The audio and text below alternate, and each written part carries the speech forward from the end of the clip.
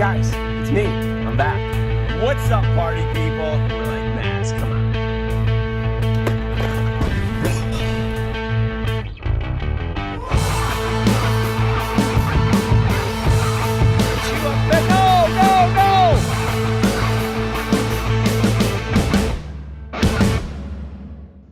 All right, this show is taking a turn for the.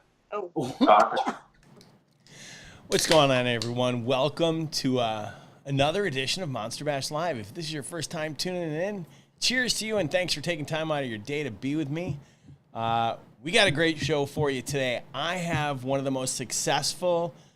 Well, listen, I don't want to stereotype him, but if everything I read on the internet's true, he's one of the most successful college anglers ever, and has now transitioned to the MLF Bass Pro Tour.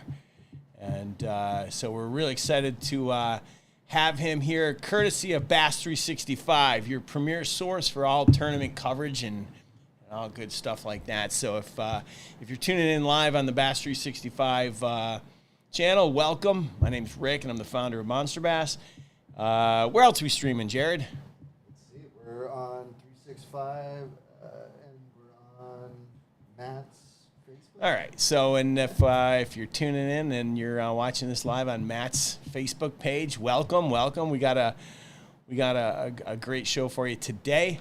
We're going to learn a little bit about Matt. We're not going to take the traditional approach and ask him the same questions that everyone else does because, quite honestly, I can go watch somebody else's podcast. I just like to get to know the guy a little bit. So got a few questions, and then we'll just go from there. If you're tuning in for the first time, Monster Bass, we are a community that celebrates our love for bass fishing, and we are in hot pursuit of helping you catch your personal best, and we do so through giving you the best baits for the places you love to fish, the best content, and the support from a community of people that all come together to support one another in pursuit of the elusive big fish. I personally am only a member of the 5 Pound Club, which is a little embarrassing considering I run this company and I have access to fish with the best anglers in the world, and I don't get out very often. And, I made a promise this year that I would get out more often, and we're going to do that. I gotta tell you, it's been a week. We're prepping for the Bassmaster Classic. We're gonna be there with a booth, and I should have the booth number, but I don't. But I got some really exciting things. So if you guys are gonna be hitting up the Classic, make sure you stop by the booth. I'd love to meet you, say hi, and share with you what we're gonna do. A lot of new baits came out. We are going to drop one tomorrow. We are going to drop, I think, if all goes well, there's an exclusive 2 limited edition colors of the Patriot, the new version 3.0. It's got a little bit change in the sound.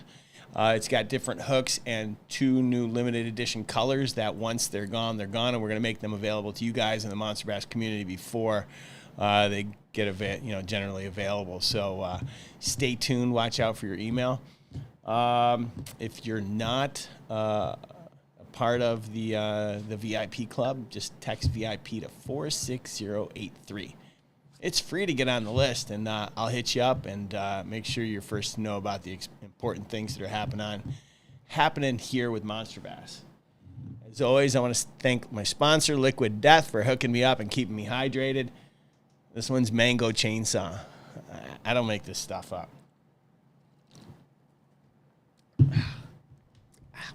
I think the face says it all. But then again, I'm not really one of those bubbly water guys. I like just hook me up with straight water. That's what I'm a big fan of. But my son crushes these things every time he comes. He's getting ready to come home from spring break. He's up at he's a freshman at USC, fight on, and it's a big week at USC. We got Caleb Williams. He's not going to participate in the throwing, in the combines, but he's going to have he's going to have his own private workout with some of the teams over at USC. I don't know why we're bothering to even do this. Chicago's taking him with the first draft in the NFL pick, but whatever. All right, let's get it kicked off. As you know, we want to celebrate your big wins, and we had 3 that were sent in today that I'd love to celebrate. If you've got a catch that you're really proud of, your personal best, and we were able to help you catch that thing, head over to monsterbass.com/PB, upload your pick, and if you do and we use it, we'll send you something. We are over 2,000 personal bests and counting, and we're eager to share it with you guys. So let's get it up on the screen. The first one is Jacob McKinnon, 4 pounds, 7 ounces. This is his PB. In Alabama, he caught on a Ned rig. Next up is Scott Bradley with a very specific 9.78 ounce from Arizona on a drop shot. Yeah, that's pretty nice. That's pretty nice. I got to tell you, I dream of the day when I catch a 9-pound bass. I mean, 5-pound one smallmouth is my personal best, and it's not really like much to talk about. And then last but not least is Jason Wiltie, 3 pounds. Look at that guy. I love that. In the great state of New York. Caught on a jackhammer, and he's actually a new member. He just joined last year. So congratulations to you guys, and thanks for sharing your picks. As always, we'll send you a little something. All right. Let's Jared, are we good to go? We are good to go. Okay. No Raphie today. Raphie's kid has a game, and no Chris today. I gave everybody the week off. I'm trying to really get a sense of what we're going to deliver from a show perspective, and I wanted to take a couple weeks off to do so. And then, of course, my good friend Ricky over at Bass 365 set up and made it possible for us to have our guest today. So again, if you're not familiar with Bass 365, you can hit them up at bass365.com. They got a ton of coverage on both MLF and Bass, and they got a great store. They've got just really good stuff, amazing content. I mean, they posted a video this morning, and it's got like 1 million views already. It's insane. Then again, this whole thing with Trey McKitty and all the conversations taking place about it are pretty insane too. So, all right, let's get ready today. So today our guest is Matt Lee. He's from Alabama, and he made quite a name for himself as one of the most successful college fishing anglers in history. He won the Bassmaster. He won the 2012 Bassmaster Classic college bracket, and then made the jump to the Elite Series in 2015, which is amazing. So why don't we give a big warm welcome? Oh wait, he's not on the screen. He is now. He is? Yeah, here we go. Let's see. Let's give a big warm welcome to Matt Lee. How's it going, Matt? Awesome. Good to be here. Sorry for the little technical difficulties. I have this little sweet little Canon camera, but their software is about to be the end of me. But that's neither here nor there. Excited to be on, and thanks for having me. Yeah, I'll be honest. I'm staring at a Canon camera, and if mine decides it's going to crap out, let's just hope it doesn't. We don't have that same problem. Yeah, got to go to the FaceTime HD webcam, which is not everything but HD, but we're here. We're here. All we're right. rolling. We're here. Yeah. We're here. So, I did a little research, because whenever I'm going to have a guest on the show, like I could sit here and talk about like your last tournament and how you did and how you placed and how you were fishing, but like that feels like the same conversation that you're going to have like on every podcast you're a guest on. So I did a little research, and I was like, ooh, I'm going to do a little research on Matt and see what I come up with. You want to know what I learned? This is what I learned. I'm ready for it. All right. Matt likes golf, football, traveling to new places. He's addicted to Cheetos, flip-flops, and beaches. And this is all courtesy of MLF and Bassmaster. Yeah, see, this was on a questionnaire 4 years ago that I don't even know if I even filled out. Maybe just one of those you filled out quick and thinking it was never going to show up anywhere. And it gets brought up more. The flip-flops and Cheetos thing, I mean, I do like Cheetos, and I do wear a lot of flip flops. Sure. But for me to be known as the Cheeto flip flop guy, Yeah. I mean, it is what it is. It is what it is. But You should get a T-shirt that says "I'm the Cheeto flip flop guy." yeah. I've had some T-shirt ideas in my day, but I haven't thought about that one yet. But Yeah. there it is. Now, do you like the flip flops where the little thing with the toe goes into it, or you like more of the Adidas slides? No, I'm not a slides guy. I'm the toe goes into it, the Lukai reef kind of. I just like wearing flip flops. It's just something about wearing shoes you just feel a little bit more, restricted. Yeah. Wearing sneakers. You like you know, I'm not really a barefoot guy. You see Octafo go barefoot. A lot of guys do that, but no, not so much. Too many hooks laying around, but I do flip flops. If I can't wait. I can't wait to wear flip flops this year. Yeah. For sure. Yeah. Yeah, I'm a bit of a flip flop guy. I don't really wear shoes all that often, and No. I just like to be able to have a pair, walk around, take them on, take them off. But Yep. I got the on clouds right now. Just staying on the shoes for a minute. Yeah. The new wife got them for me. Which ones are those? The on clouds. It's like the hit. Yeah. But they don't really have. They're kind of boat shoe sneaker looking. Yeah. I still take the flip flops. Oh, But of course, all day long. Yeah. All day long. So let's go back to your days at Auburn, right? Like, fishing's big in the South.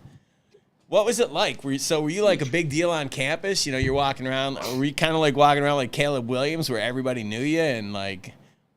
Yeah, it's I didn't know how this podcast was going to start. I did not think it was going to start on shoes for that long. So we're swapping gears. Yeah. At Auburn, man, there's a lot to unpack. So for me, I didn't want everybody seemed like they went to Auburn, Alabama, or the small community college, Wall State, near where I grew up. I wanted to do something different. I went to Birmingham Southern, which was actually a liberal arts school, Division III, and really just I'm I'm very much a realist. I played baseball growing up through high school, but knew I was never going to make it as a professional athlete. I'm 5'6", about a $160. Probably not going to happen. My 40 time is in the high fours at my peak. So fast forward, I was trying to start a fishing team at Birmingham Southern. My brother Jordan, he's 2 years younger. Yeah. So as I'm trying to start this fishing team, I figure out there's a dual degree program where you can go 3 years at Birmingham Southern and then finish your degree at Auburn and get a degree from both schools. And at the same time, my brother is starting school at Auburn. He's fishing and nothing else. It's fishing or bust.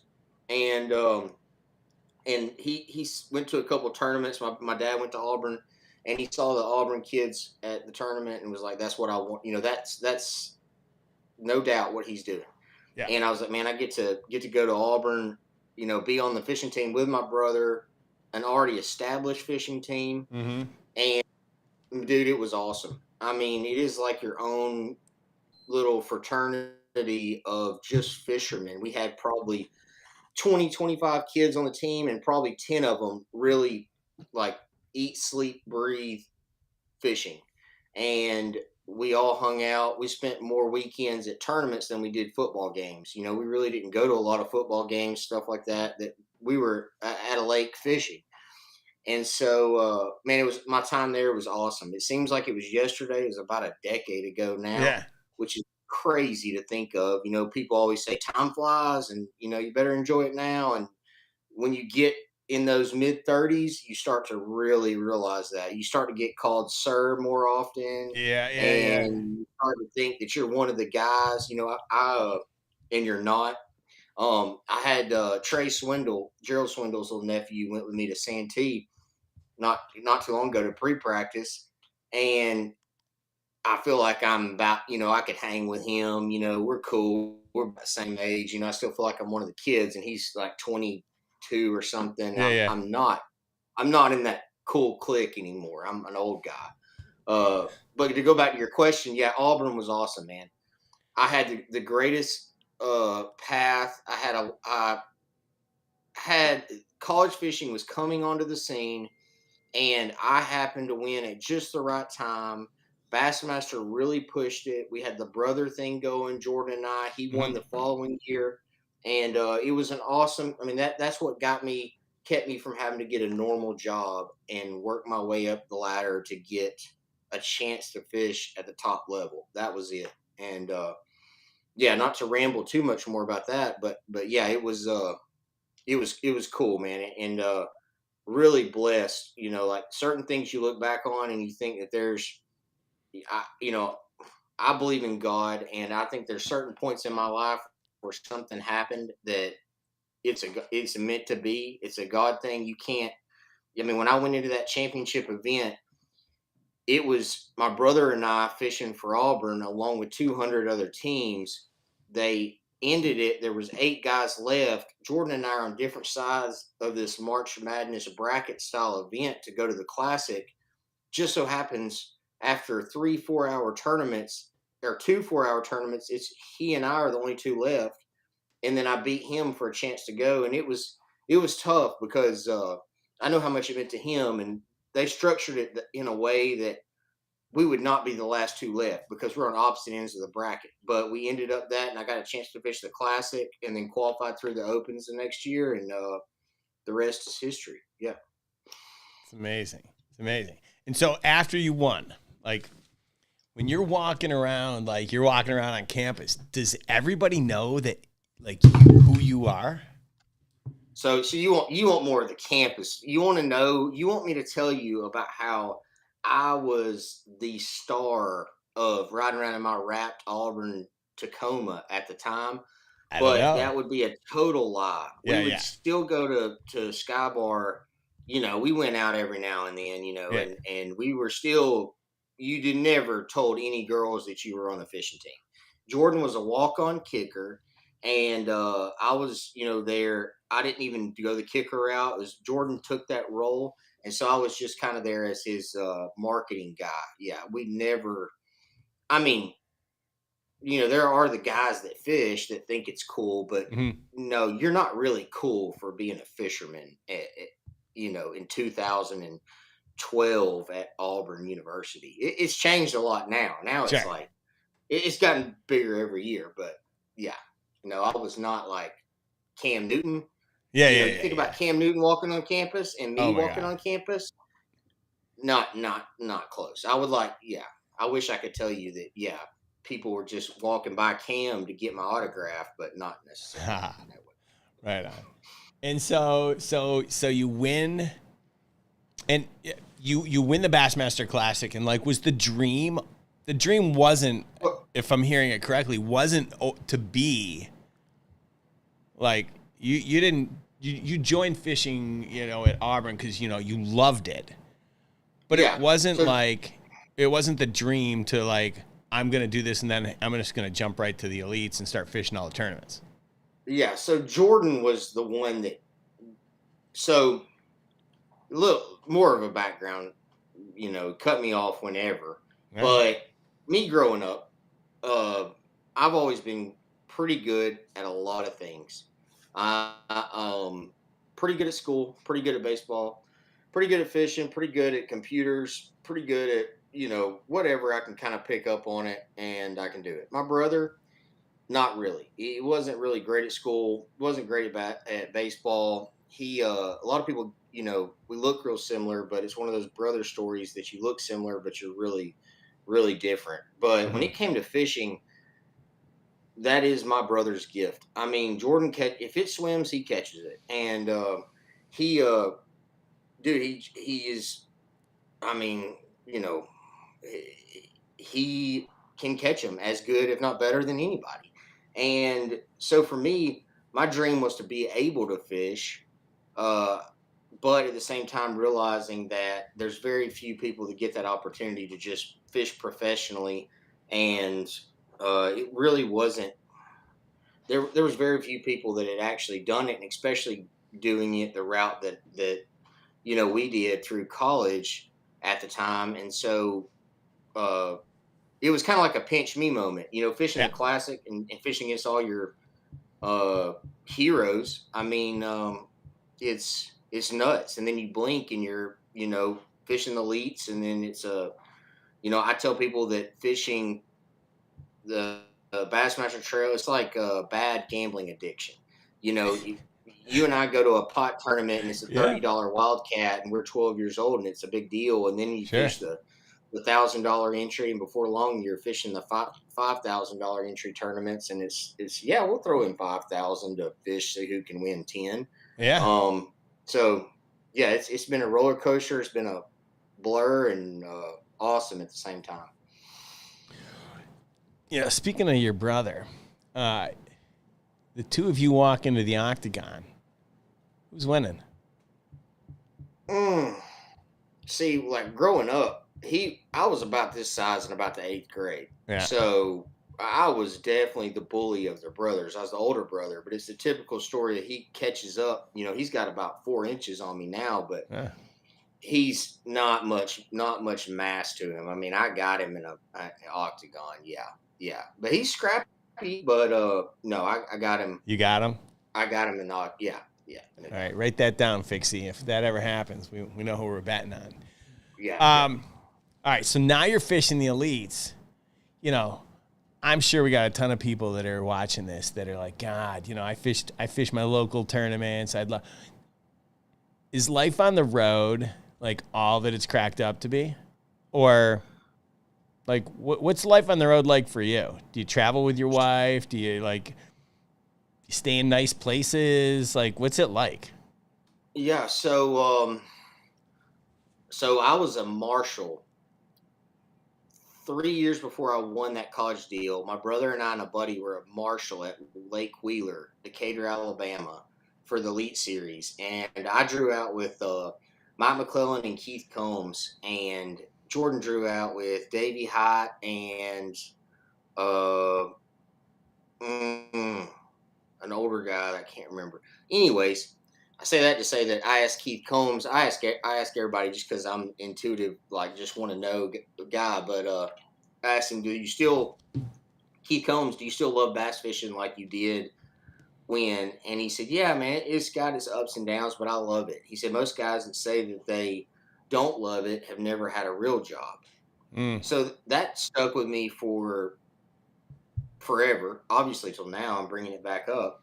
So you ask about me. I think everything in life's kind of perspective on it. I mean, there's a lot of people in the U.S. right now that think that they're poor, and they are, but not by world standards, and have it a lot better than everybody else. So for me, fishing professionally, and it's been it is super stressful because you're relying on your ability and yourself to catch bass and to promote products, to have relationships in order to pay for your house, your gas. But it is a different level. Like me, my wife and I, we have a dog that might as well be a kid, but we don't have any kids. So that changes things. Some of these guys, if you got 5 kids at the house, that I'm imagine that weighs on you a lot more.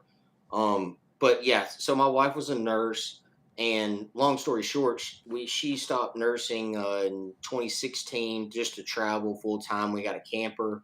It was awesome. In 18, we got married and bought a place and sold the camper. And so we really didn't stay on the road as much. But it's cool. I would never take it for granted, the stuff that I've got, places I've been, places I've gotten to fish.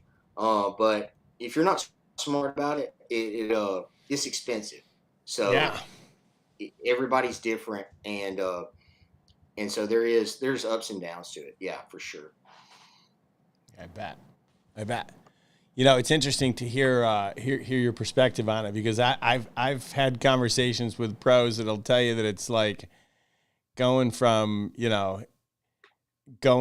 city to city and staying in small towns, just trying to find really, like, unless you're traveling and you've got your own RV or your own trailer, like even trying to find places to stay that are good enough for what you're looking for can be difficult. And, yeah, I stayed in some real dumps before, and now I think with Airbnb, VRBO, and that's even boosted more since COVID, that you can find places that's not very expensive to stay. Now I stay with buddy Jesse Liggins that fishes, so we split the cost, and it's doable, but you have to budget for that. I'm not the guy to save a couple $100 and stay at a Night's Inn that barely has running water. I'm gonna try to account for that when I'm budgeting how the season's gonna go. So, but I have stayed in some places though. Yeah. Yeah. I remember my first visit to Hot Springs, Arkansas. I live in Los Angeles, and I grew up on Oneida Lake, and the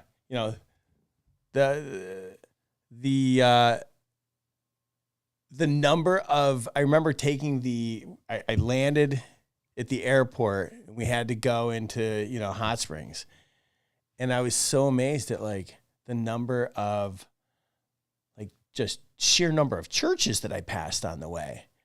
And then when they took us to where we were staying, I'm expecting to see, I was expecting something totally different. And that was my first experience. And then I remember I went down to Okeechobee, and I stayed at Roland Martin Marina. And I was like, whoa, Roland Martin, he's a big guy. Like this place is probably gonna be really nice. And then you get down there, and you're like, oh, okay. Now I know what to expect, set my expectations. And you forget that a lot of these events are in really remote locations.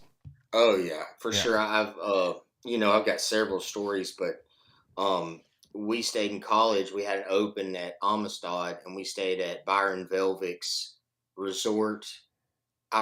You got to Google that up on the YouTube, what the name of that is, if it's still there. Okay. But the water pressure was, I would have been better off in the creek behind the house.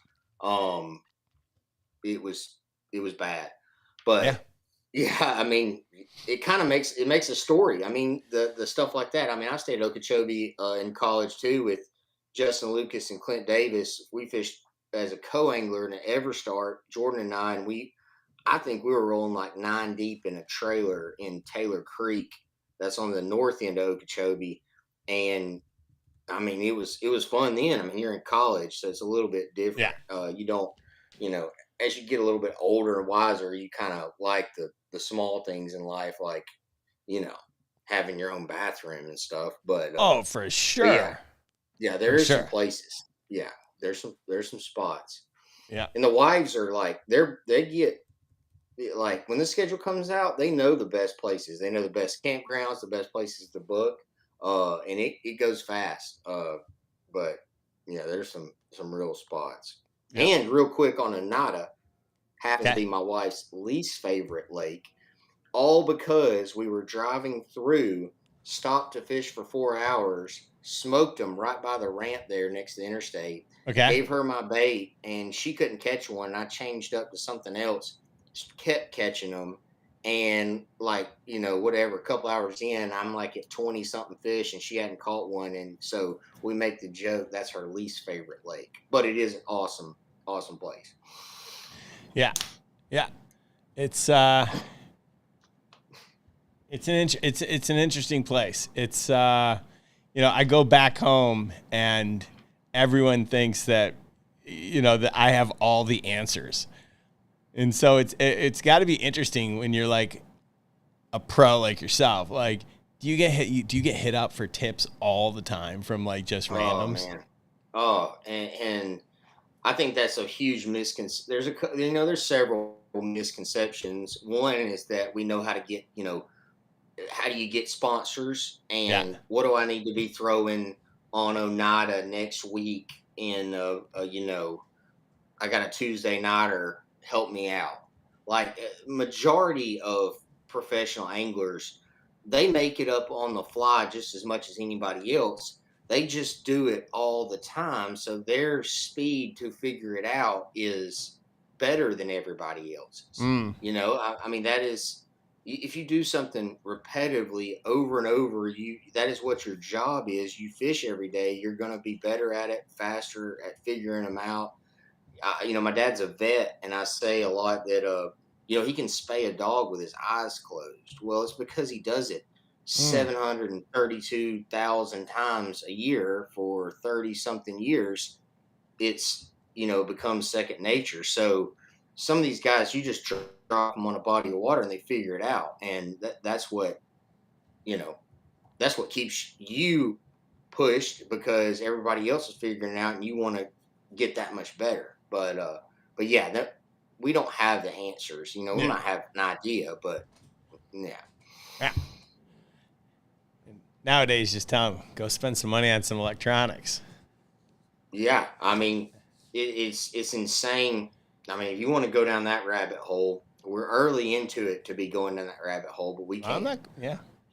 But yeah, it man, it changed. I mean, everything changes. I mean, our whole world's evolving. You were talking about where to stay. You used to just have to call up the La Quinta and see if they had a room, and now Yeah. you can Airbnb, stay in people's houses. They even split their houses. You can, I mean, with fishing, you used to, you know, for somebody like myself, I'm an influencer. I you know, Gerald Swindle, you're all professional fishermen. You want to make money in tournaments, but really the amount of people that follow you or this podcast or any fishing thing out there, that's what makes you valuable. You used to have a network like ESPN to, that's the only way you knew who any of these guys were. Roland Martin, you know, that was his only avenue TV show, was to make a name for himself. And the technology is just insane how fast it's changed. And then that same thing translates into electronics and bass fishing. Like, you know, when downscan came out and you had to learn how to do that, side imaging, but it only applied to really to certain, I mean, it really mattered in those Tennessee River tournaments more than any. And then you see it evolve where now you've got the forward facing sonar. And I mean, if you if you're really good with it, you can see what's swimming around you. I mean, it's that's the deal, obviously. Yeah. I mean, yeah, we could spend an entire hour and a half talking about forward facing sonar, and we've had conversations on the show where, you know, I got people that are like, they hate it, and then there's those that love it, and I can understand both sides. Like, I totally get it. Like, if you're a purist or you're old and you don't know anything about technology and you don't want it, that I totally get it. Like, I get it. But if it's available and you can have it and you can use it to your advantage. Yep. Why Yeah, not? I mean, it's just a tool. I mean, it's like, you know, one thing that really helped me was the fact that social media was starting out when I was in college. So I was already on the bandwagon. But all these guys that have been fishing, I've been watching on TV for forever. They really did, you know, why do they need a Facebook, an Instagram, Oh a yeah. Twitter, whatever? And you see the same thing now. It's hard to, you know, you're talking about guys that are the best at, like a Greg Hackney. You know, he is dedicated his whole career to targeting bass a certain way, Yeah. made a living out of it, and now you're forcing him to change the way that he approaches a lake. That's a lot. And I mean, Yes. I think I think you could go a bunch of different ways with it. I mean, fish with it, fish without it, have tournaments with it, without it. I mean, but it's, you know, it's one of those things like Major League Fishing started out with every fish counts, and you can vote one way or the other.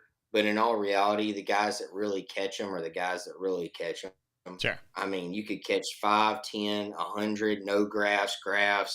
It doesn't matter. You know, these guys are that good. It just, there's a little bit of a learning curve, and you see these new guys that have been on it hard for 5 years, Mm-hmm. it takes some time for everybody else to catch up. Yeah. Yeah, I was sent. It's interesting how technology is just like rapidly invading our lives, and the things that are coming to fruition are happening at light. It's just happening so quick, and I think that's what it is, right? It's the speed at which it's inundating our daily lives and every facet of it that I think is what's starting to cause people problems. Like AI is so prevalent that it's literally going to put so many people out of jobs. Like I live in Los Angeles, and like if I'm a writer on like Tyler Perry, not to digress, but like Tyler Perry was going to spend like, I can't remember what it was, $200 million, and they were going to build this studio and do all this other stuff. And then then they realized that with AI, they could literally do things like make a picture of Donkey Kong, take a picture of Donkey Kong, and the whole thing would create a playable video game for you, or so it's out of control. And with fishing, it's the same thing. Someone sent me a video, Cotton, Chauncey Cotton sent me one. He might be in the chat, and the whole video is this guy with the new Apple goggles on, and he's going fishing for the very first time, I think, and it like takes him like all around the lake. He's pulling up maps. He's doing a thing, and he's doing nothing but staring through these goggles. And it's insane. Yeah. It's really insane. Yeah. I wonder when, at some point the line will be drawn, and like, it'll, like right now you have kayak tournaments that have blown up in my area. Now I know all over, you think about the whole forward facing, like people put them on the rear of their boat now, so you can see left and right when you're driving the boat. If you put enough of them back there, well, couldn't you see all the way around it? So then would you ever, if you can see what's swimming in the water all the way around you all the time, at a certain point, you just, you want to just see who can flip bushes the best, I think, and so, but there's always money driving all of it. So like I'm a Lowrance guy, sponsored by Lowrance. So, okay. They're a huge part. Those electronics companies, that's a huge market in fishing. So where does that, I don't know. It'll be interesting to see. Yeah, for sure. Yeah. Now, let me ask you this. So let's say I'm in the back of your boat and I'm your co-angler. Are you telling me everything that's going on so that I get the benefit? Or am I just like, am I fishing the way that I normally would? I'm telling you until you start to catch more fish than me, and then I'm going to catch on and not. We're Smart. not going to bring it up. Smart. Yeah. Yeah. You learn from past mistakes on that one. Yeah.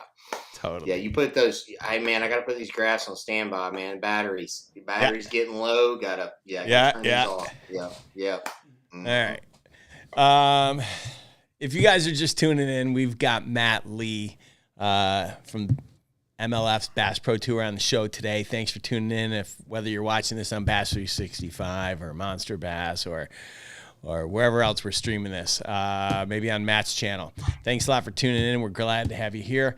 And if this is your first time and you like what you see, you can always subscribe to the podcast on wherever you get your podcasts, Spotify, Amazon, Apple, all that good stuff. We are going to open the phone lines up, so we do things a little different here. The phone line is open, 323-210-4180. If you've got a question for Matt, feel free to call in, and you can ask him. I saw someone in the chat wants to know, what do they want to know? They want to know about that rusted chainsaw liquid death you're drinking. What's it called? Rusty chainsaw? No, this one's Mango Chainsaw. I think my face said it all. I mean, they're not going to be very happy with me, especially when I walk into the office and I see them. They're going to be like, Rick, come on. I'm like, well, come on, it's mango. I don't really drink a lot of mango flavored stuff. Just call it Rusty Chainsaw. That'd be cooler. Yeah. I'm drinking that Rusty Chainsaw. Totally. Well, you think about Liquid Death, right? The CEO, this is how he makes every decision. He's like, I made a decision a long time ago that we're going to make decisions, and I'm going to ask the question, what would Slayer, the band, what would they do? And that's how he literally makes, he's like, would they think this was cool? I question whether, they'd think that Mango Chainsaw was cool, but I think adding chainsaw to it might help, but whatever. Yeah. I mean, works. Yeah. Yeah. Made me remember it. Yeah, totally. Someone wants to know if he has seen Bigfoot. I don't know if that's an inside joke. I mean, I don't know where they're wanting me to go with that. Depends on what they, who they're calling Bigfoot. But there is like a thing going around. I don't know if it's just an Alabama tenant. I don't know, but I think there's Facebook groups out hunting, and they have like meetings, about it. But I'm not an expert on that. But I do know that there was a few meetings around during, maybe it was the COVID deal that just got to people a little bit. They just started to get a little loopy. But there were some meetings around within 100 miles of where I live that had way too many people for a Bigfoot meeting. Yes, for sure. Yeah. But no, I've not seen him. No. All right. Let's see. I got questions coming in on my phone. Matt, I noticed you have a Nest in your house, a Nest thermostat. How do you like it? What the heck? Yeah, I do have a Nest. I'm not in the house. I'm in the shop, and there's not a Nest down here, so it's a little bit. We went from Bigfoot to Nest. Yeah. God knows what thermostat I have. But I wonder how. I'm gonna find out. What's the tag name on it? I can't see the chat. So no. This is not the chat. This is like someone's okay. texting me. And here's the problem. I've given my phone number out, so it could be any random subscriber. I've got a background. Oh, he said it's on your deal, Instagram so page. Tell me his phone number, and I can look it up, see who it is. He said it's on your Instagram. Anyway, I don't know how I got on my Instagram, but I love my Nest. You know why? Because I like to sleep when it's cold. Going back to those crappy places to sleep. Yeah. You sleep in a couple places and it's 114 degrees. It's gross. You're in Okeechobee and ain't doing that. I will sell feet pics online to make sure I get an AC the next time I go. So when I lay down in bed and it's still a little hot, you can pull your phone and kick that thing down about 8 degrees. Worth its weight in gold. 100%. I couldn't agree with you more. Like sleeping in the cold. Oh, it's so good. Oh gosh, so good. All right, we've got you up for taking a few phone calls? Yeah, take it. Go. All right, let's who knows where this is gonna go. Yeah. Bigfoot and Nest thermostat. Yeah. All right, caller, where are you from and what's your PB?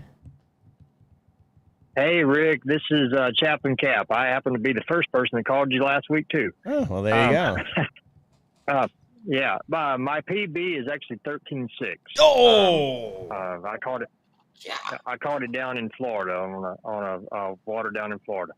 But Matt, I wanted to say something to you, man. I do a veterans tournament. I'm a chaplain for a veterans tournament, and we met you. I think you were actually getting ready to do a tournament in Alabama, and we met you last year. And you sat and talked. You talked to a couple of the guys that met you with me, and you gave them some tips about crankbait fishing and things like that. And I just wanted to tell you, man, you've got such a humble spirit, and you are such a nice guy, not just on this podcast, but just in general. And so I want to thank you for that. And but I got a question for you.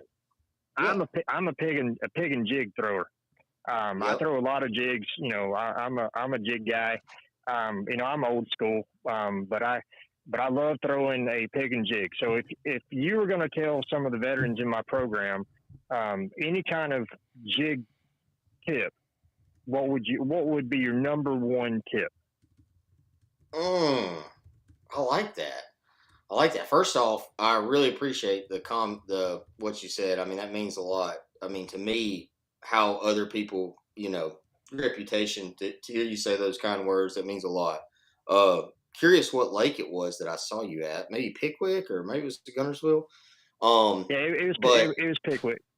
Okay, yeah. Okay, I think I remember. But awesome. Man, so for me with jigs, I would say I'm a depths guy, so this is totally I'm not like sponsored by this, is straight up. I'm really a fanatic about these new jigs that are coming out and the different sizes and profiles. Like this is a shameless plug, but like Debs makes an MS crawl, which is like this tiny crawl. It's a cool trailer for it, but I've started to throw more of these micro jigs, and you see like Brian Thrift with Fitzgerald came out with one that's a really small jig with a good hook, and then Kitex, a really popular jig. I'll tell you one that I'll throw out there that I think's legit is Queen Tackle, Mm. and I guess that's Yeah. Yeah. KJ Queen makes his family dad. They make jigs and make some cool stuff too, besides jigs. But that tungsten jig, you know, to me, I want something that the hook is probably like right up there with. I like, even if it's a small jig, I want a hook that's just right. You know, it's not too much of a gaff that you can't hook them, and, and it's not too light of a wire, and that's really hard to find. But they make Right. a good one. Another thing I would say that the old Gerald Swindle taught me that I do with shaky heads and jigs, and it's you know, everybody's got their thing, but football head, round ball head, arky, I want that line tie to be in line with my line. So whether you call that the Right. vertical line tie, dude, with a shaky head and a jig, like at Smith Lake, we're fishing brush and rock. If you're throwing a, a shaky head or a jig that's got a horizontal line tie, you won't last 3 casts. But if you got one with the vertical line tie, you could throw it all day. And I mean, I've seen it too many times. So hook is really important. And then when it comes to like trailers on it, I like it. If the water's really clear, I want something that doesn't have too much action. If the water's dirtier, then I want Right. something that's going to move some water. Um, but Right. that is, you know, that is one thing. Like it's hard to like look at a jig and say this hook is perfect. It's when you kind of fish around and find out. But yeah, making sure that you have just that. It's like like that queen tackle jig is like if you put it on braid and take it to Okeechobee and the cattails, you're gonna straighten it out. But that jig's not made for that. It's made for fishing on fluorocarbon. And like early on, even fishing deep, I got to where I used football jigs that had too heavy a wire of a hook. And man, if you were to hold that football head at 60 yards and me crow hop set the hook, really couldn't put that hook through your finger. And we don't realize that a lot of times, you know, in fishing. And you need the right hook for the right technique for sure. But thank you for the question Right. and the Right. kind words. Yeah, thank you very much, and Rick, I appreciate you, and we stand by your company here at USBF Trove Bass Fishing, and thank you for bringing Matt on the podcast tonight. Yeah, I appreciate you. Thank you so much for your support. It does mean a lot to me. Really do. All right.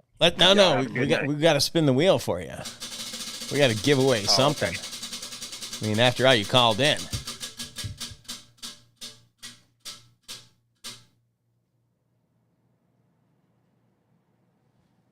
I don't understand. I think it was the same thing that we got you last week when you called in. We're going to make a $25 donation to Monster Bass Cares. It's our program that supports the veterans. And so, again, appreciate you calling in. Yeah, man, and I'm actually going to reach out to you because you told us to reach out to you if we needed like anything, and I'm going to reach out to you on an email. We've got a veterans tournament coming up, and I was going to see if maybe you could help us out. Yeah, for sure. And I'll do is I'll put you in touch with Marty over at the Pentagon, and Marty's in charge of this program, and it'll give him a lot of great pleasure to see if we can't support you in some way. So thank you so much. Yeah. Send me a message too. I've worked with Marty before. He's awesome. Okay. All right, man. Thanks, guys. Thank you. Thank you. All right, let's take another one here. Go ahead, caller. Where are you from, and what's your PB? I'm from Southern Indiana. My PB is 867. Bank fishing from Lake Fork back in '96, like a month after I got out of the Army. It's been that long since I've caught a big bass. Man, Gramps, I knew it was you. Really? It's only that's your PB with all the fishing you do and all the traveling. They haven't put you on something bigger. I really haven't traveled out of the Midwest all that much because of work until basically this last year. Last year was my first ever trip to Gunnersville, so I've been twice, and I'll be going back down again this year. Obviously, I'm going to go down for Red Crest to watch the pros do their thing too, but I had a question for Matt, knowing that, I love Major League Fishing. I got bored with the other a while back because to me, MLF changed the game when they put all the cameras in the boats, the drones in the air, and really covered what you guys do like all through the week. I was ticked this year when they didn't even have day one coverage, because I will watch that, while I'm at work, because I love seeing. It's so much different these days with you guys being able to be, to be camered up, because we're not getting the results in a magazine a month later after a weigh-in, and we don't know who's catching what on what. These days we can see what you guys are doing and actually learn from that. The decisions you have to make, from day to day as the week. And to me, there's nothing more adding more drama in those early days even than the cut line with time running out. Who's going to do what? Who's going to make that move? I guess my question for you is, and a lot of people just assume that Major League Fishing is all about catching the most fish. All these guys are just rolling around and using side scan to find schools of fish and then locking in on them with forward facing. But it's more than that, because while you have to target a lot of fish, you also have to catch big fish because of heavy hitters. So how do you as an angler kind of make those decisions, because you kind of have to do both at the same time? So how do you kind of plan for that so that you can do a little bit of both? Yeah, that's good. And you could take you could take your question and comments before and go a lot of ways on that. I totally feel you. I think you're spot on. But as far as the ends question, basically you put the boat in the water and figure out. I was one of the ones, I admit, that when we went to that pound 8, as a angler, a fisherman, you're used to targeting catching 5. I got to get my limit. Well, it is extremely hard to find 2-pounders you can catch every cast. Usually if you're doing that, there's enough 4s and 5s mixed in that you're going to have a pretty good tournament. Regardless of if it's your best 3, or it doesn't even matter. How many times we don't go out that, we make it look that way, but we don't go out and just catch them every throw. But when I put the boat in, you pretty much, you're asking about the mix between catching fish and big ones. Like, usually when you're catching little ones, like ones that are just like 12 ounces, you're not even, you're just a random bass, and you're not even doing yourself any good anyway. But you literally have to find a place to catch them every cast. And until you find a place where you can catch them every cast, you're not catching them good enough. And I would say, I fish Major League Fishing. I like, there's parts that I like and don't like about the format, the whatever, everybody's got their opinion. It's just like forward facing sonar. But when you fish that format, actually being a part of it, the stress level is max, because I would say even in a normal tournament, like if we, if we're fishing 5 best, tournament, we catch 2 6-pounders right off the bat. It's not that we're taking a break.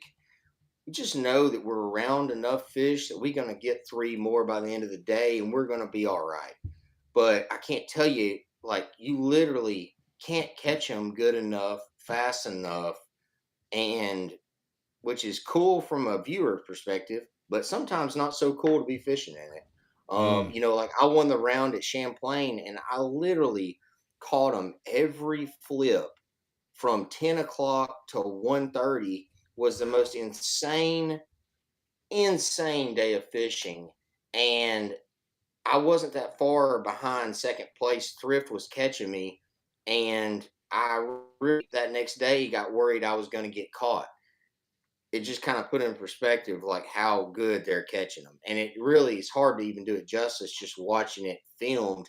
But yeah, it's insane, and you really just gotta find more places. Every time you find them, you never find them good enough, so you're never complacent, and it's yeah, it's insane, and yeah, I wish they had day one coverage too. I feel you there.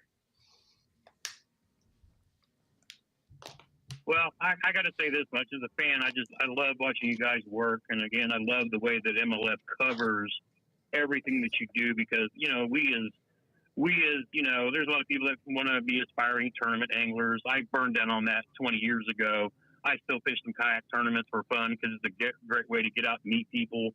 I like going to the expos like Red Crest and Bassmaster, just the classic, just because you get to meet all the guys that you love seeing too. But I'm always down for watching, the way you guys go through, and we're seeing what you're doing, so we can actually, it's just funny little things you wouldn't think. Oh, he's throwing a jig head minnow, but watch how he's shaking the rod, and you learn what that action does because you guys talked us through, what you're doing. I had the opportunity to talk to Brett Ayler at the Classic, and then again a couple of weekends ago.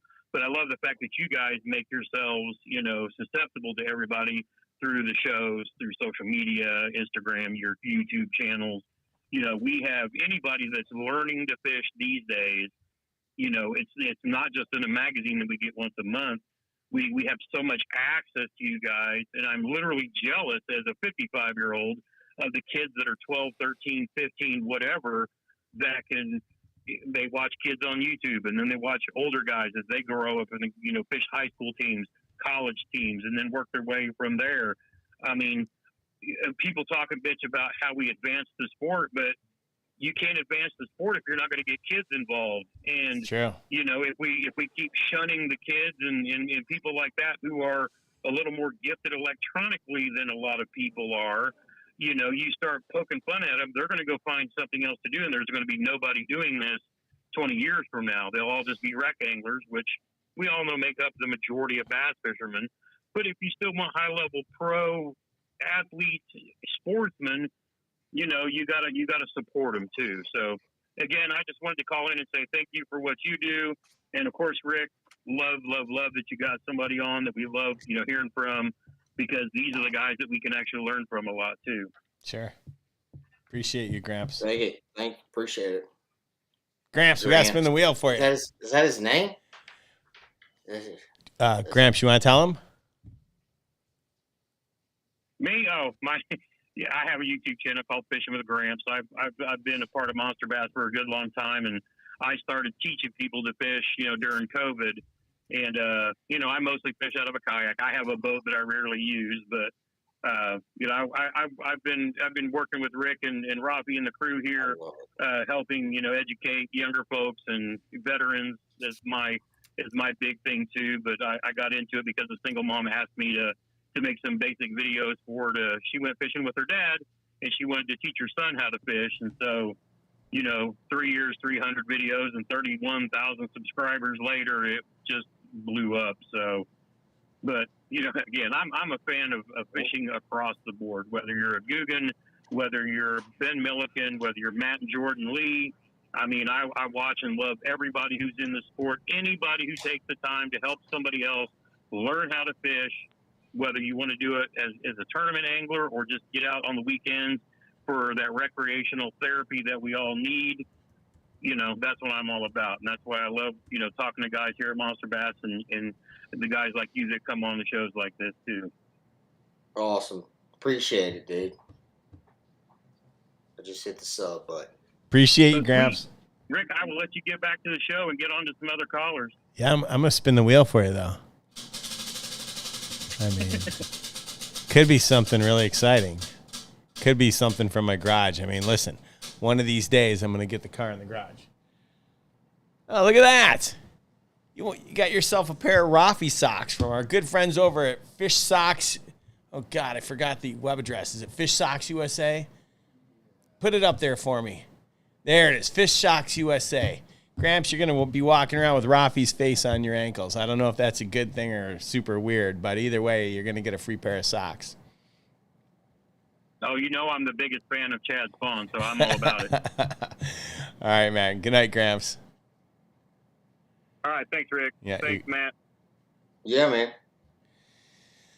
All right. If you've got a question for Matt, you can give us a call at 323-210-4180. And of course, every call gets a spin of the wheel. Before we get back to Matt, I want to give a shout out and a big thank you to Bass 365 for making this possible and introducing us to Matt. If you're not familiar with Bass 365, they've got some of the best tournament coverage that there is. So head over to their Instagram, subscribe over there, check out their website. Sign up. Every Monday they send out the top 3. If you want to know what the winning baits were for the top 3 guys, they'll send them to you right to your inbox. So if that's how you go about, making your decisions on what you want to fish with, you can head over to Bass 365. Man, I feel like I've got a lisp or something here. Ricky Bobby. Yeah. Ricky Bosford, but I like to call it Ricky Bobby. Ricky. I tell you, man, Ricky's at all the events. I mean, it's tough to find a harder working dude like crossing the country. I mean, it's insane. He told me the other day, man, I wouldn't have any other way. I'm like, well, he's like, yeah, maybe $1 million in a lake house, I might, but I'm telling you, he gets after it. So yeah, that dude's he's I can't say this firsthand because I don't follow the tour from week to week and everything.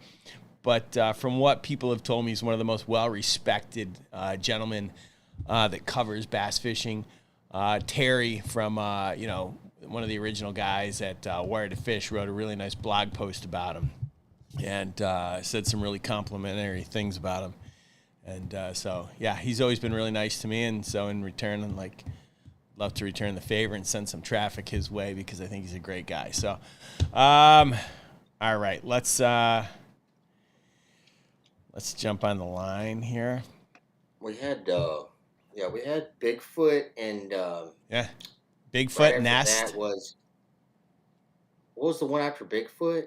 Was the Nest, Nest. And then we had 2 very normal callers. So we got to go back to something a little off the wall here, I think. I don't know if we are, but I mean, we could go off the wall. I can take it off the wall. All right, take it off the wall, T-Rex. I see your number. So, who's your favorite WWE or WWF wrestler? So honestly, I never really got in. I mean, you're gonna hate me for this because obviously you're a huge fan. I used to do pretend that I was Scotty Too Hottie doing the worm. But Dwayne The Rock Johnson is awesome. Scotty Too Hottie, man, right there it is. But Dwayne The Rock Johnson's awesome, and I think he's just his attitude towards life and everything that he does. I really like the dude, and that he's bringing it back in the spotlight. With everything he's doing is dude, it's awesome. Scotty Too Hottie. T-Rex, I'm not gonna lie. I've got a question down here on the list, and it was literally number 6, Stone Cold or The Rock. So you beat me to it. I got to take it off my list. I didn't think we'd have a Scotty Too Hottie conversation, but Scotty Too Hottie, because I actually got to meet him, so that's cool. Yeah. So my real question is, you fish in a tournament early morning, and you reach into your favorite tackle box to grab your favorite top water lure. What is it? It depends on where I don't really have one that I just pick out. I wish I did, because then I would stop carrying around a freaking truckload of top waters. But I will throw this nugget out. I mean, I probably shouldn't throw this nugget out, but I'll throw this nugget out. But we're talking about top waters, and this is like a shameless plug, but it's honestly one that I don't like say enough or whatever. But a wake bait is, I don't know, across the country. Me being at Smith Lake with the herring fish is huge, but I think it's a super, like, just for your average fisherman, forgotten about. You see the glide baits, and everybody loves the giant baits, and they are, like, I think fishing's gotten to where you go really small or really big, but there's something about a bait that is on the surface but subsurface that bass eat it up. And they make one that's the spiral minnow. And I caught Van Dam throwing it like at a Louisiana tournament. We had heavy hitters a couple years ago on the, like, and it's a 3 hook wake bait, but it has like a devil's horse blade at the back. But All it right. is a killer bait. But just wake baits in general, I would say, need to get more look from a lot of anglers, because they are fish catchers. Mm. And there's a lot of different ones out there and different ways to fish it, different cover. Like we had that whopper plopper craze, and it is a phenomenal type bait, but the wake bait is a really good All right. Any certain color that you like over anything else? one. No, I would say my main deal is if the water's super clear, I might go like a transparent color. But for most hard baits, I'm going something that's a really bold, like shad color, with whether it's a jerk bait or top water. If it's real cloudy out and I need it to stand out, Mm. like a bone color. But if it's really sunny out, then I'll go with a lot more flash. That's a general rule of thumb right there. But there's always an exception to go some crazy color, like the Japanese. Obviously I'm a depths guy, but I'm fascinated with Japanese, like, fishing. To me, most stuff comes from Japan over West Coast, and then the Southeast we figure out about it a couple years later. And like pink, for instance, is huge in Japan. Mm-hmm. But if you see a Yeah. pink spook or a wake bait, it does not sell in Alabama. So there's always going to be like instances where stuff works, but really colors, I try to keep it. That's my general rule of thumb. Yeah. All right. Well, you can't get it. Here's my shameless plug, Rick. You can't get no more shinier and out there than the Ragnar Cylon from Monster Bass. No, you can't. Oh. No, you can't. Oh. And I made a few different baits in that same pattern just for you. Oh. I know. I'm so happy. Oh. Oh. I think.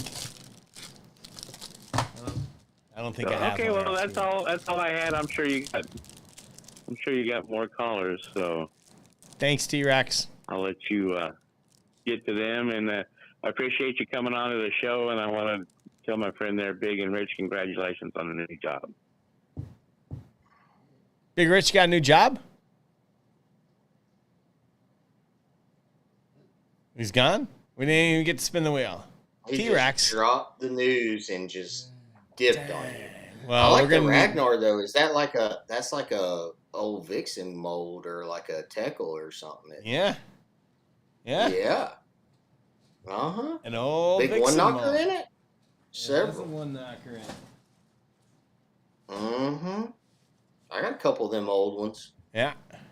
Mm-hmm. Had to use the fingernail polish on them a couple of times, beat them up so bad, but Mm-hmm. mm-hmm. I like Big that. Rich got a Like new that job. black and blue. That here's one random one too that we don't do a lot.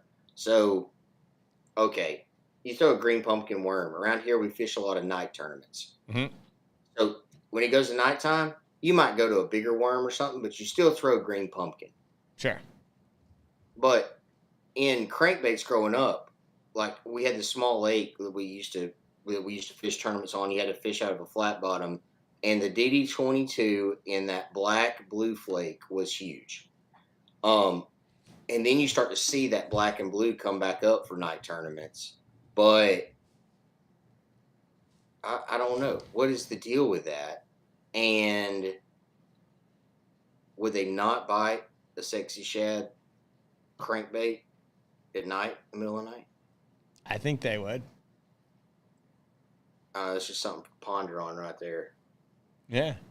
I wasn't giving that out because I had answers or really even had one question on it. I just saw the black and blue and it made me think of it. There you go. Well, But let's I like see. I like Which the one? shiny. So like you've got the Ragnar that's the shiny and the bone. So if it's cloudy, rainy, muggy, like nasty, I'm going bone. And if Yeah. it's bright skies, I'm doing the flash. And there's a time when I'm going to throw the black and blue because it they're just on it more than they are the bone or something. There's going to be a time and a place for it for sure. Yeah. Yeah, if you could if DAPS, I'm going to pick DAPS because obviously that's your sponsor. They come to you and say, you can make we want to make the Matt Lee custom pattern. And you can pick any one of our baits. What are you picking? What are you picking for your signature bait and I pattern? don't know. I'm probably painting it sexy shad and writing Kevin on the side where the little chartreuse is, and then not putting my name on it at all. Is probably what I'm doing. And then waiting to get sued by Van Dam. That's probably what I'm doing. Well, I don't think you'd be getting sued, but Well, I don't know. It might make me take it down. If I could do one color, that's interesting. I would. Here's another one for you, like with jerk baits. yeah. I love Megabass's Pro Green color. And I don't know what it is about that color. Kelly J got me on it early in my Bassmaster days, but it is that color pattern. I love it. Really? I mean, love it. Yeah, love it. That's another nugget I'm throwing out there. Ooh, I like that. Mm-hmm. I like that. Not crystal shad, but pro green. Yeah. Pro green. Everybody pro blue. Everybody's heard of, but Yeah, pro green, man. Yeah. Yeah. It's a freaking killer. Now, everybody on the planet has knocked off the Vision 110. Like I can go to Tackle Warehouse and you can see it. Why? And with today's technology, you can reverse engineer it. Why doesn't it? Or maybe it does. In your opinion, is it going to fish the same, or is it going to fish differently, or is it just a confidence thing? I'm not. It's a lot of all of it. Yeah. So for me, like with that bait, they made that bait that catches them. So if somebody's going to try to reinvent the wheel, they got to prove that it's going to be better than. But there is other ones like I throw all different kinds. I'm a guy too, but like I'll shoot y'all straight. I mean, I throw all different kinds, and I think every kind of one has their scenario. I will say with a one thing with like the Megabass jerk baits is they have FX Tour Premium, which is another nugget that has a bendable bill, and that's a sick design. And I don't know if you could re-engineer it and then produce it at a mass enough quantity to get your costs down where it's worth you reproducing it. That's probably where you kind of run into issues. Okay, so I think it has tungsten in it too. So like this is just totally me guessing, but I think when they came out with like a Lucky Strike, they had problems with the bills breaking and they're not quite as durable of a jerk bait, but then also they have a little bit different interior to it. So, you run in with that, usually people, if you have something and it costs a lot of money, like you got the jackhammer, no way you're going to be able to sell that at that price point. And then you do. And then people, if they're going to spend the money, they really want to get the one that's legit, Sure. And that's just kind of how it is in the fishing industry, for sure. All right. Before we take this next caller, for those that were just you went over something. You talked about the FX technology in the Megabass. Tell everyone what that is. You talked about the variable. What is it? The variable flap, the lip. Yeah. It just has I mean, I'm not a Megabass guy, but it has a bendable bill on it. The FX Tour Premium has a bendable bill, and so it collapses when you throw it, and so you can throw it like most jerk baits throw like a potato chip in the wind, but if the bill collapses down, it throws like it's a rattle trap, and you bomb it. And then as you pull it into the water, the bill goes to the normal, where it's supposed to be. And then as you cast it again, and also if you're deflecting off cover or rocks or something, it has a little bit more give and tends not to break as easy. Interesting. I'll be honest, it's the first time I'm gonna have to go research that, because I didn't know that Megabass made a bait where their lip, you can bend it and move it. That's interesting. Yeah, you don't need to worry about that. Yeah, I like to know about it though. It's all right. I've got a few, so if everybody sells them out, all right. Yeah. All right. Let's go to Knoxville, Tennessee, and let's take a call here. I've been waiting 11 minutes to talk to you. Go to Rocky Top. Hello, caller. Where are you from? Well, I know where you're from, I think. Yeah, on North Lake up here in Tennessee. How are you, sir? First time call. My question for Matt is: whenever you get to a new body of water, how do you break down that body of water to locate the bigger fish, where the bigger fish live? Gotcha.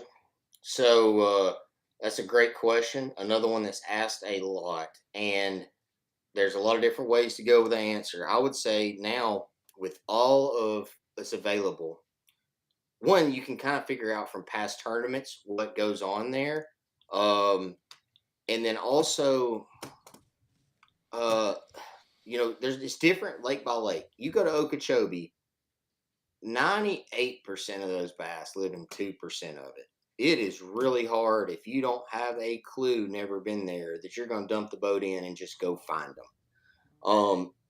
And a lot of times, even at Okeechobee, when you finally find something that looks like this is the juice, it usually is.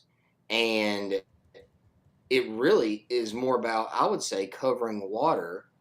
Let's say it's your first time ever go to Guntersville. My first time to ever go to the Delta or Havasu, doesn't matter where you're at. A lot of this doesn't apply to all lakes, but I would say you can easily get caught up in dumping the boat in the water, picking up your Ragnar, throwing till dark, going back to the trailer, putting it on, going to the house. And you didn't cover 1/100th of that lake. So I think one thing Van Dam put on the map is how much water he covers. And you can't cover enough water to find really productive areas. I think that's a big thing, is you just don't have enough time in the day. So you try to narrow it down as much as you can. I'll throw out this tidbit too. One thing that's tech savvy that I use a lot, that I don't know that everybody does, is Google Earth, the desktop app. So with the actual Google Earth app on your computer, you can look at historical satellite imagery.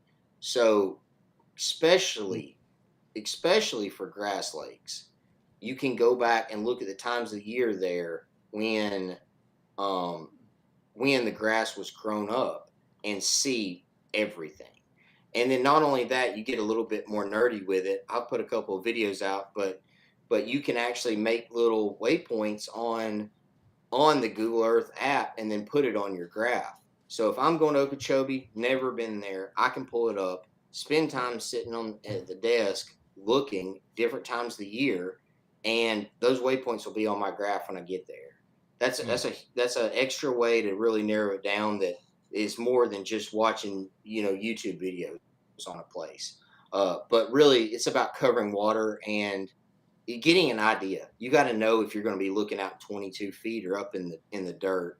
And once you kind of get an idea, then you got to keep moving if you're gonna. But there's nothing wrong with just putting the boat in the water and just fishing. But if the fish aren't biting great and there's not that many places to really catch them at, you got to cover a lot of water. Yeah. Yeah. Good advice, sir. I appreciate it. I'll be headed Yes, down sir. to your neck of the woods next week. Well, ABT tournament on Smith. I got Lake. you. Yep. Yep. So Yep. It should be looking a good one. forward It's to getting it. that time of year. Yeah, it is. I can't wait to get down there next week and get to practicing. So appreciate the advice. Good luck on your next event, and thank you for having me. Absolutely. Yes, sir. Did you start the call by saying this was your first time calling in? Yep, my first time calling in. I appreciate it. Thanks for calling in, man. Awesome. No problem, And I will buddy. say this Y'all have too good is and appreciate you. I mentioned about grass lakes, but certain lakes too, they have a drawdown. Smith Lake being one of them. So you look at the historical imagery. You go to somewhere like Travis in Texas, they draw it down like 40. There's times when that lake's bottom dry. You can see everything. So that's another thing to keep in mind too. Okay. I appreciate it. Thank you. Yes, sir. Let me spin the wheel for you. It's your first time calling. All right. Yeah. I can't contain myself. I'm so excited. I'm not giving. This is a first time call. I'm not giving you combat wipes. They were laughing at you in the background. Yeah, they should be. They should be. Well, I can't give them that one either. I can't. I can't make Jared jump in the pool. Not right now. Third time's a charm. Third time's a charm. You're going to get a care package from the garage. So Awesome. We'll put together a big pack full of baits, send something over to you. And so email me at marketing@monsterbass.com. Make sure you give me your address and tell them that you called in, and we'll get something set up for you. All right? Appreciate it. I appreciate you. All right. Let's go to somewhere in West Virginia. Go ahead, caller. Where are you from and what's your PB? Hey, what? Where are you from and what's your PB? Can you hear me? Yeah, I can hear you just great. Hey, my personal best is just a normal 5 pound 7 ounce. It's better than mine, so congratulations to you. Yeah, I'm not really been anywhere to catch no gigantic bass because I live in Belfry, Kentucky, and Pike County, Kentucky, and actually Detroit, Kentucky. I'm just a normal weekend average fisherman, fish a few clubs here and there. And last 4 or 5 years, I've just been average fishing and just trying to learn everything I can and enjoy it. And I'm like everybody else. I agree with as far as the technology. I have on my boat, but no, I don't load the boat up. I like it, and I like it, and I honestly think the best thing they should do. I don't know. See what you guys think is they should have 2 different leagues: the league with it and the league without it. What's your thoughts on that?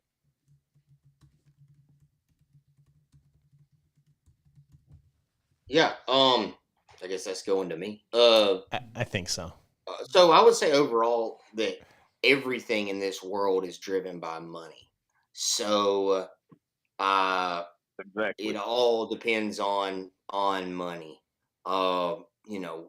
You and I could start up a league tomorrow and say you're only fishing out of a 14-foot aluminum and no grass at all on it, and it would just take a little bit of money to get it up and going. So it's Right. it's all about, but I think it will, you see the kayak, how much, like, it is huge now. And I think there will be more of that. You'll start to see that in tournaments. I think why not? I think it's only going to grow, and as it grows, there'll be different ways to fish it. There's a you know shout out to there's a Touring Anglers Association, TAA. This guy Alan Brooks is having it on Lanier, and I interviewed him before, and I mean, just a really nice dude and smart guy, and he's hosting this tournament. He's going to make sure you have no forward facing transducers. Um, but just like what you just kind of hinted at, I don't think that you personally knew that tournament was going because there's not a lot of money behind it marketing the fact that it's happening. So as it grows, I think you'll see that start to come, you know, come into play, and it'll just adjust as the years goes on. I imagine. I think it'll. Mhm. Who knows where it'll end up? But yeah, I think you're not far off of it on what we'll expect in the future for sure. Yeah, like I said, I mean, I'm not. I like I said, I'm still learning, but I've had it for roughly a year, and I use it every trip. But I try not to get glued to it. That way I'm not just passing up fishing places. I mean, I fish small lakes. Where I live at, we have within an hour I could be to 3 or 4 different lakes, but they're small, and they're not like Tennessee lakes and stuff like that. But they do have a pretty good population of fish. It's just this time of year for me, I always struggle when it's 50 degree and muddy, 52 degree, 50 degree water temperature and muddy water. I always have a hard time fishing that stuff. What would be an idea for you if you was going to one of these lakes? Yeah, so if the water's muddy, like we're talking like 6 inches of visibility, it depends on if it's No, warming or if yeah, it's cooling too. So yeah, if it's it's in the warm, it's in the warming. yes, if it's in the warming trend, as the day goes on and that water warms up, if it's a shallow lake, the water temp on it will change dramatically throughout the day. It can, and that'll affect the Mhm. fish a lot.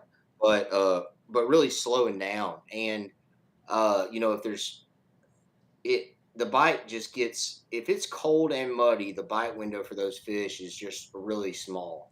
And until that water hits Mhm. those upper 50s, 60s, it might not be a place where you're just going to get a lot of bites. So Right. there's always a point where that And water hits a temperature and they start biting. But if right. you were on a big lake, I would say, you would try to find a place that had a little bit cleaner water, and the fish are gonna, you get more bites. Usually, rule of thumb is, I think the colder the water, the cleaner the water, the more bites you get. If we go to a lake and it's chocolate milk mid lake up and really clean down at the dam, I'm just gonna think could be, that I'm gonna get more bites down there at the dam where it's cleaner and that water's 47 So degrees. Um, but right. Yeah. yeah, Yeah. I fished last weekend, and I seen the water this past Sunday. The water was high as 54 up in a creek. Now, like you were saying, down by the dam, it averaged 50. It was no higher than 52, but from mid lake up, it was really really muddy, but just really stained mid lake down. yep. Yeah, yeah, down the lake, and then you're kind of like working back in those creeks. I would think in the springtime, you're really not going to fish the very back of that creek. You could get some water temps that are going to be a little, going to be warmer real late in the day there, but uh, you go in that Mm-hmm. section of the lake that's got the little bit better color, and then somewhere that's not in rolling current, maybe you're just off the main river, Yeah. so that you're not out there in it, a little bit more protected from the water it's moving through, and probably your best bet. And hard targets Right. too seem Well, like they're better when it's cold and it's muddy. Whether you're a stump, a dock, a rock, hard targets seem to be more of a player.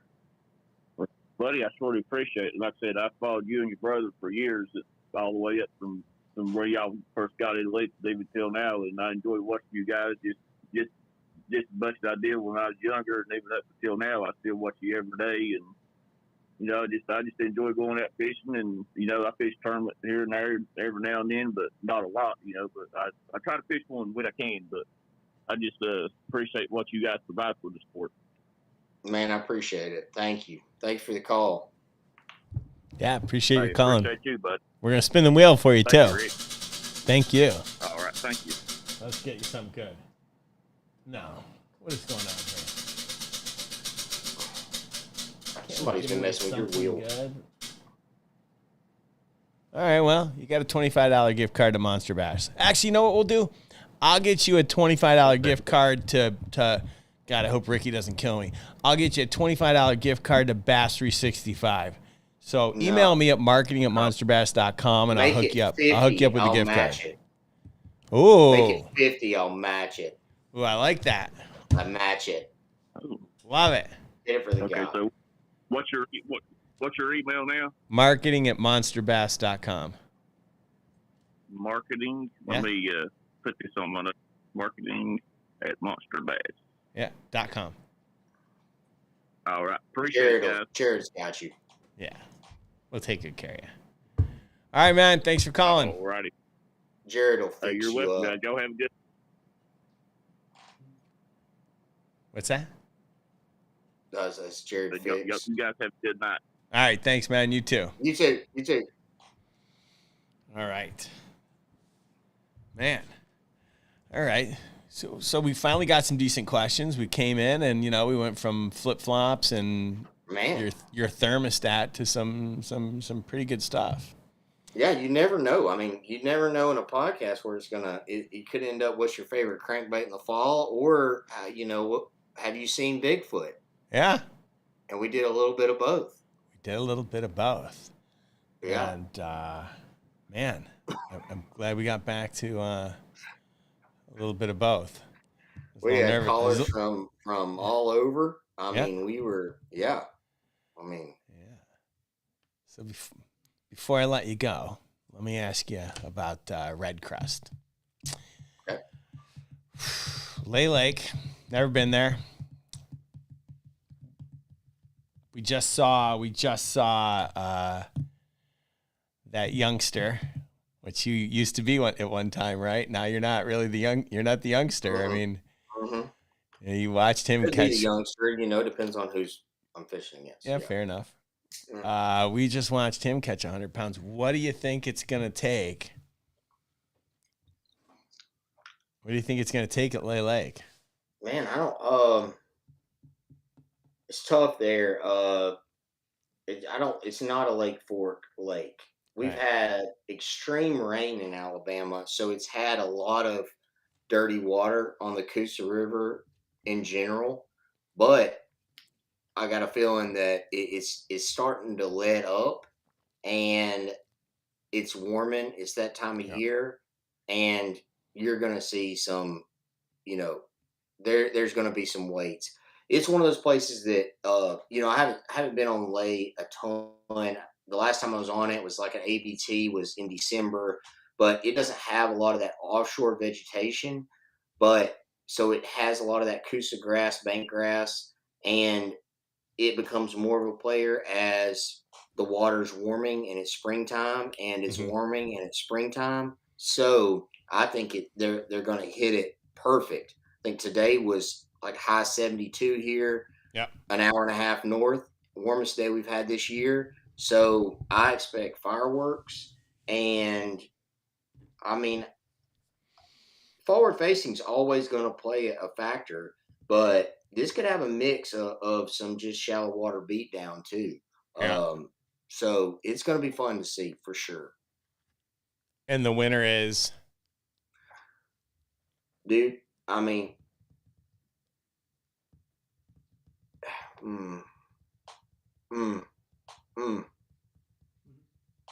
I'm gonna say this because he's my guy. I mean, he's my guy. He's my roommate, but he's eerily like my brother in that if you just talk to him, you seem, oh, this guy's just a random redneck. If it swims, he catches them, and that's Jesse Wiggins. Wiggins. He's not the most popular name, most talked about, but check out that guy's track record the last 3-4 years. Somebody run the numbers. Starting out this year, dude, I'm his roommate, and he's made me look like I belong on a badminton court, and we can talk in practice and in the tournament. And it, yeah, he's on him. He's catching him right now. And if I had to put my money, my $100 on somebody, it would be on him. Done. Mark it down. Marking it down. Someone call the casino. We're putting some money down at MGM on Jesse Wiggins. I like it. Do it. I like it. You have some sponsors. Is there anything that you want to tell our audience about and give you an opportunity for a shameless plug? You know, I've done podcasts before, and I think overall it's easy with social media and all the negativity, all the drama to get bogged down with crap, you know. And I know you're a part, you know, you see this too. And to hear the callers tonight and how genuine they were and how much it's good to just hear that, you know. I mean, it was really cool to hear from the people tonight and kind of just their comments on everything. And you know, there might be a lot of drama and people, and the negativity really shines when you're on Crackbook, you know. Ugh. I mean, if I post that you know, me and Rick had an awesome time on Monster Bass tonight, or if I post that, you know, some slamming bass or MLF, it's that one that's going to get the attention. But tonight, it kind of brought it back into, okay, we still live in a world where normal, you know, like it was good to hear from everybody. I appreciate the callers, kind words, and it was awesome to be on here. I hope you have me back. And dude, it was a good time. Yeah, I had a really great time getting to know you a little bit, and I couldn't agree with you more. Like, it's unbelievable. Like, I said this to Ricky this morning. Actually, I saw his post. He shot a video, and it had like 1 million views or something ridiculous in like less than a day. And what made me really sad was the comments. Like this kid, he's a young kid who won, and all they were doing was just talking about how he really can't fish. You know, he just stared at his screen all day, and daddy paid for everything, and this and that. And it's like, look, at the end of the day, maybe he did just stare at the screen, but so did everybody else. So did everybody else. And he won. And who cares who bought it? Whether his father bought it or whether some guy from Arkansas took out a loan to get the equipment because he can't afford it, or his sponsor gave it to him. I don't really care. Like, the field's been leveled, and like there was a lot of negativity. And that's the one thing that social media I can't stand. Like, it's everybody. It gives everybody the right to scream as loud as they want and focus, right? Focus on the glass half full or the glass half empty. And it typically doesn't go both ways. If someone's focused on the glass half empty, they're doing it all the time, and it's rough. It's really rough. And I'll promise everybody that these people, like, making it to the elites now through the opens, there's more people doing it than they've ever. Like, it is brutal. If you qualify for the Bassmasters, you are, you know, fishing against everybody can catch them. Everybody. And it's the same way on MLF. Like, the names that came over that I fish against, like, there's some guys that just get, you know, shadowed because they don't catch them quite as good. But dude, everybody that catches them has earned it. And it's those comments, you know, you got to believe in karma a little bit with, you know, what goes around comes around. But dude earned it. And there, you know, we got to remember at times that there's a lot more good than there is bad. I believe that the bad sometimes outshines it, the negative comments. But there's a lot of people who are just like the callers today. They're just good dudes that like to fish, and that's good. It's good to hear from, man. Yeah. Couldn't agree with you. Couldn't agree with you more. So, listen, Matt. I I don't want to take too much more time away. I want to let you get back to your family, but thank you so much for coming on. I really appreciate the conversation today. I know I can speak for the whole Monster Bass community, and when we say thank you so much for coming on and sharing your words, your wisdom, and your experience. And now we know that if we're in the market for a thermostat, we should go get a Nest. So thank you. If that's the one tidbit or bit of gold I walk away with, that's what I'm walking away with. So awesome. Thanks for a lot for coming me. on, man. Awesome. Yeah, thank you. Appreciate it. Yeah, and have best of luck to you for the season. We hope that hope it's your best season yet, and I hope it takes you to bigger and better things. Thank you, man. I appreciate it. Thank y'all. All right, man. Thank you. All right, guys. That was Matt Lee. I mean, seems like a pretty humble, really good human, and I like that, right? Because at the end of the day, we all have choices on who we spend our time with and whose energy we're bringing into the Monster Bass community. And I got to tell you, he's a keeper. I would have him back. I didn't even get to my list of questions. I had some pretty good questions lined up, and we just didn't even get to them. But whatever. I mean, T-Rex did steal my Stone Cold versus The Rock, but. Whatever. So, all right, guys. Next week, Jared's going to hear this at the same time as I'm telling you. I'm going to be in Palm Desert. So, I don't know what that means. I don't know if that means I can do this remote. I don't know if that means I have to, I don't know. I don't know. But we'll probably have a show of some kind. Again, because I just found out that I've got a lot of friends coming in town next week, so I got to be in Palm Desert. I just found out someone that I went to grad school with in Boston's flying in. He's speaking this week, next weekend, so I got to see him. We got a lot going on, but we'll be back, and I appreciate all of you guys that sat through the show today. I do want to apologize. Those QR codes on the card that came in this month's bag weren't working. Got them fixed during the show. And so please take the time to give me the survey, answer the survey. I need to know how we support this community, and the products we bring and the content we create is really important. And I need to know what it is that you're looking for. What do you want out of Monster Bass Live? What do you want out of the content that comes in the boxes? Do we want to go regionalization? Do we want to go theme? Or should it just be we're going to break the country into some regions and we're going to theme this thing out, and I'm going to do the best job I can to bring you the patterns that are good for this time of year? I mean, it's something that I wrestle with all the time.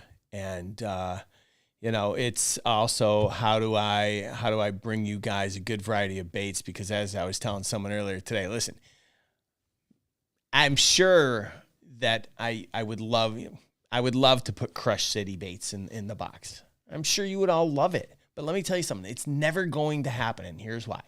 Rapala is a publicly traded company. Every decision that they make is based on their P&L, their profit and loss statement, and their balance sheet. They can't afford to sell me those baits at the prices we want because of the way that they classify all their sales. And they don't classify the sales and the marketing the same way that some companies do. So there are some brands, as much as I'd love to bring them to you, I'll never have those baits in the box. I'm telling you right now, just never will. I could sell them in the store, but that doesn't really mean I'm going to put them in the box. So one of the things we're going to do in the upcoming boxes, you're going to see some baits from brands that haven't been in the box before, whether it's Guggen, whether it's Livingston, or otherwise. You're going to see limited edition colors. One of the things I'm going to do with some of the baits, the brands that we work with and ourselves, is we are going to bring you limited edition colors of baits that cannot be purchased outside of the subscription box. The other thing we're going to do is we're going to let you be a part of something. I've decided that with the buzz bait, I'm going to let you all be a part of the product testing. So I've got feedback from a half dozen of the Monster Bass Pro staff. We're going to tweak it a little bit. I am going to put it in a box. I am going to send it to you with a card and a QR code inside of it. And I'm going to ask you for your feedback. We're going to put 10,000 people to the test, and we're going to find out whether their feedback ends up creating the best buzz bait on the planet or not. and we'll go from there. So it's just part of being, a Monster Bass subscriber. It's something that I think makes us different. I think it's something that makes it unique. And let's face it. How many of you get a part and play a part in designing products? I mean, your decisions will directly decide how this bait transforms over time. So we'll see what happens. All right, that's it. So if you wouldn't mind doing me a favor on your way out the door, please give us the thumbs up. That lets us know we're doing a good job. And as always, if you're watching this on the rewind, you can subscribe to Monster Bass Live wherever you get your favorite podcasts. And as always, stay safe on the water. A special thank you to Ricky over at Bass 365 for setting this up and making Matt available. Introducing us to Matt and then having him on the show. He didn't make him available, but you know what I mean. So, all right, guys, we'll see you next week. Thanks a lot for tuning in, and I'll see you later. Love you guys. Bye.